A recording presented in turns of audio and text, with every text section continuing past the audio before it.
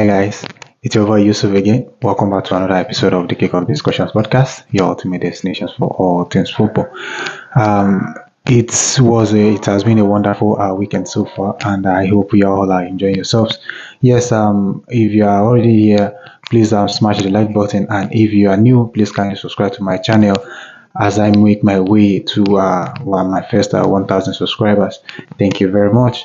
Yes, yesterday it was an outstanding weekend for in the Premier League. It was an outstanding weekend in the Premier League, and Newcastle they did wonders yesterday because I didn't expect what they did to Tottenham Hotspur. Yes, yesterday Newcastle completely outclassed Tottenham with their defensive prowess, and personally, I will commend Eddie Howe for getting Newcastle this far, considering the number of injuries they've had in that team. Yes, majority of the people, including myself, thought that the game will be tough for Newcastle.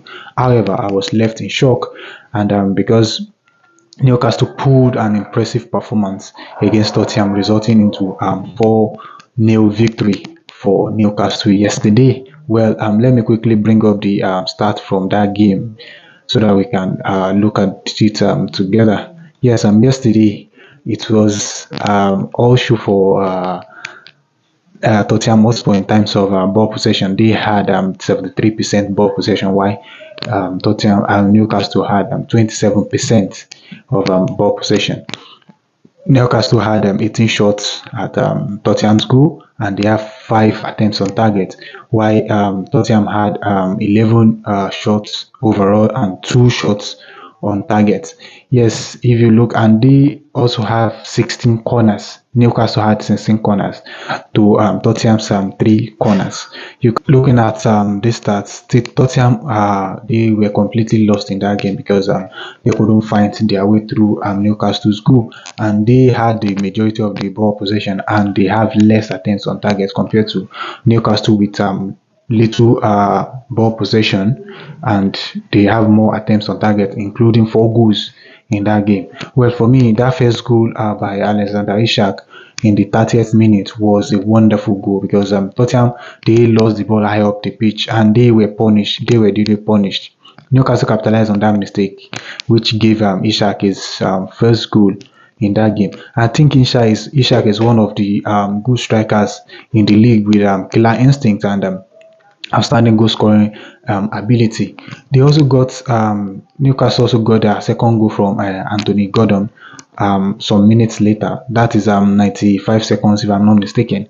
And for the 2 goals, like Van der Ven was the only man the last man to face both players, but eventually he lost both challenges, resulting into 2 goals for Newcastle. Well, last week Van der Ven was a hero, and he was instrumental to Tottenham's victory. However, yesterday he was a villain because that is how quickly things can turn out in football, and he had a very, very bad game yesterday. Well, yesterday wasn't his day, and I felt so bad for him. And in the second half, Newcastle scored additional 2 goals, making it 4-0 for them. The third goal is from Alexander Isak. Again, Tottenham were caught high up the pitch. They lost the ball, and Bruno Guimaraes did well to locate Alexander Isak with a proper long ball, which set him through on goal, and he made no mistake to bury the goal in the back of the net. The last goal came from Fabian Schär, their central defender, and he headed the ball into the back of the net from a corner. Well, yesterday, I think personally, Tottenham are way off their standard yesterday, and they were completely outclassed by Newcastle. Well, defensively, they were so horrible, and attack, nothing to write home about that team yesterday. And they also are looking to qualify for Champions League next season. But however, this kind of performance, you cannot put in this kind of performance and expect to qualify for Champions League, because that performance yesterday was a horrible performance from Tottenham. Yes, moving on to Manchester City versus Luton game. For me, Manchester City won 5-1 at the Etihad yesterday, and they put an impressive performance as expected. Well, I wasn't surprised by the scoreline because Manchester City are an outstanding team when it comes to title fight, and this is type of performance I expect from them yesterday, and they delivered promptly yesterday. And from Luton's perspective, they started the game very well, and they limit um, Manchester City to just a goal in the first half, because they were everywhere. But New Luton Town, they were resilient in defense, and they had all their men in the box just to frustrate Man City yesterday. The goal that they got was actually an own goal, and I think Ashioka was just unlucky to have deflected that goal into his own net, because that attempt from Haaland, I don't think that attempt is going on target the way the ball was played. But Ashioka, he arrived to save the ball, but unfortunately for him, he headed the ball. He deflected the ball into his own net, which is very bad for him yesterday. Well, I commend the efforts of Luton Town, especially in the first half, because it's not easy to keep Manchester City silent for that long in a game. And remember, Manchester City, they haven't lost a game since 2022, and they always score at the Etihad against any opponents they have.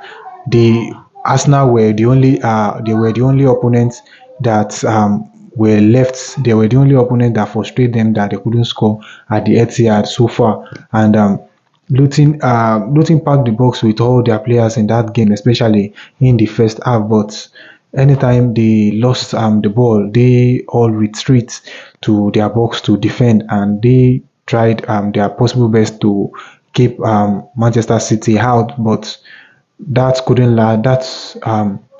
Didn't last long in the second half, because Manchester City doubled their advantage from an outrageous volley from Kovacic. That goal for me was it was an outstanding goal. It was similar to the goal that was scored by Valverde in the Champions League in midweek, and Kovacic made it look easy with that technique and the finish, because that kind of goal you don't see it that often. That was an outstanding volley from Kovacic yesterday. That technique was superb. That goal was similar to, as I said earlier, it was similar to goal that was scored by Valverde, because he hits the ball with precision, and he puts the ball on target yesterday, which is very hard thing to do in football. Where from that time onward, it was a free scoring for Manchester City, and Vadio also got on the sheet again. Remember, he scored his first goal for Manchester City against Real Madrid in midweek, and he scored again from the same angle and with his right foot. And now I am just asking questions whether Vadio is really a left-footed player or right-footed player, because that execution was perfect. And Alan also got on the score sheet from the spot, and Jeremy Doku's goal, it was an outstanding goal yesterday. He took on the defender after receiving the ball from the flank, and he actually did well to beat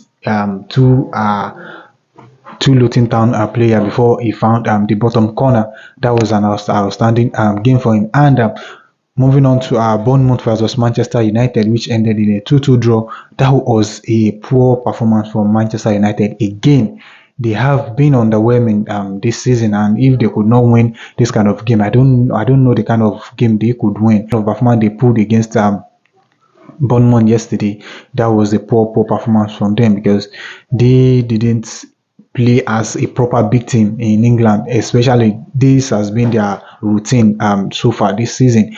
And from my own point of view, I don't know what to say about Eric Ten Hag, because he's got a poor man management. For me, he's got poor man management, which has been one of his problems this season with United players. Well, I don't know. Maybe if he got his own team in the door for United, I think maybe things may change for him. But with this current squad of Manchester United, I don't know what he can do with them, because he has not been able to actually bring the best out of that team. They have been inconsistent. They will play well in a game to win, and in another game, their performance will be just so horrible. And well, however, he's got a lot of injuries, which will affect any team. However, that didn't stop him from actually get the best out of the current players he's got at his disposal. Well, Eddie Howe is actually doing the exact opposite, and he's got some injuries as well this season. And look at where they are. Look at the kind of performance they pulled against Tottenham yesterday. And I don't know for Eric Ten Hag. I think he needs to do more in his managerial in handling those players. If you don't have man management as a manager, it will be very very difficult for you to get the best out of your players.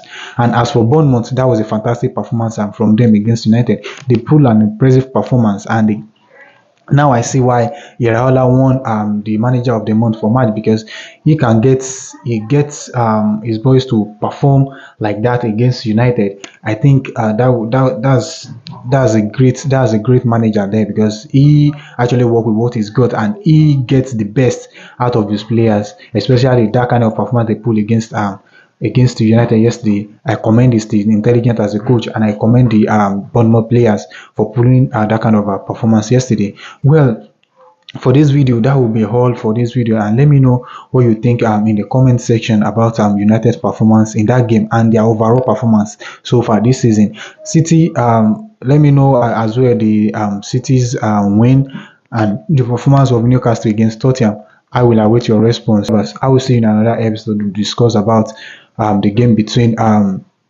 Arsenal and Aston Villa later today, and Liverpool's game against Crystal Palace. Well, I will see you in another episode. Thank you very much for your support, and bye for now.